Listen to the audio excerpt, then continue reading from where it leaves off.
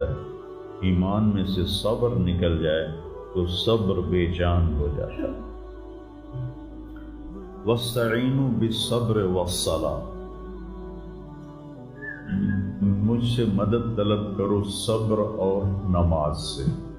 پھر آگے کہا ان اللہ مع الصابرین، میں نمازیوں کے ساتھ نہیں، میں صبر والوں کے ساتھ۔